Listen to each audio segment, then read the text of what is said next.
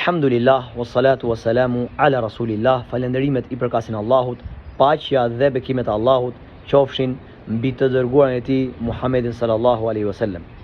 Një ditë prej ditësh pejgamberi sallallahu alaihi wasallam duke ngjitur në minber tha 3 herë amin, amin, amin. Shokët e profetit sallallahu alaihi wasallam të habitur nga ky veprim i pejgamberit sallallahu alaihi wasallam i than: "O i dërguari i Allahut, ti kur hypen minber the 3 herë amin, amin, amin.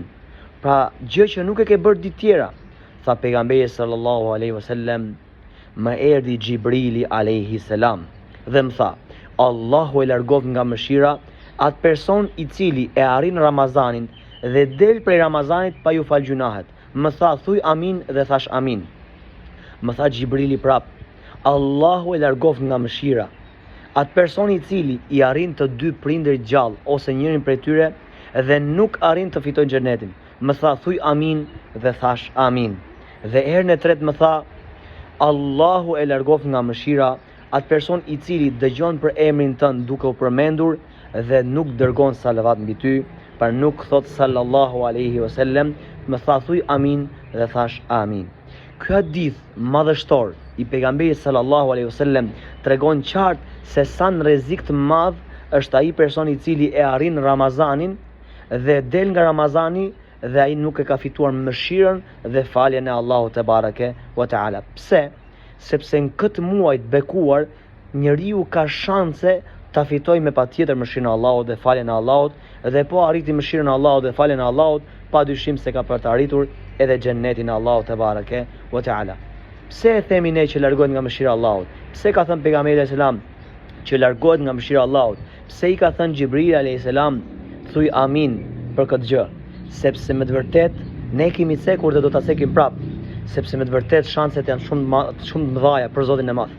Imagjino pejgamberi alayhis salam ka thënë: "Kush agjeron Ramazanin me bindje, pra me besim tek Allahu dhe me shpresë se do të arrish shpërblimin e Allahut, padyshim se këtij do t'i falen gjunat e kaluara."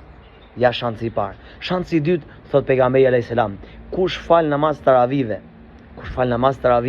me bindje tek Allahu, me besim tek Allahu dhe me shpresë se do të arrish shpërblimin në botën tjetër, padyshim se edhe këtij do t'i falen gjunat e kaluara. Po ashtu pejgamberi alayhis salam, ky është shansi i tretë, thot sallallahu alaihi wasallam, kush e arrin natën e Kadrit dhe falet natën e Kadrit me bindje dhe me besim tek Allahu dhe me shpresë tek shpërblimi i Allahut, atëherë këtij do t'i falen gjunahet kaluara. Subhanallah. Po ashtu dhe shansi i katërt, Allahu i madhëruar, thot pejgamberi alayhis salam, çdo natë Ramazanit liron njerëz nga zjarri i xhenemit. Subhanallah. Pra Allahu të ka dhënë mundësi pafundme. Thjesht ty të mjafton që të shfrytëzosh këto mirësi dhe shanset e Allahut te bareke teala dhe fiton xhennetin. E në momentin që ti nuk i shfrytëzon, atëherë ti e ke merituar hidhrimin e Allahut, e ke merituar largimin nga mëshira e Allahut dhe e ke merituar xhenemin.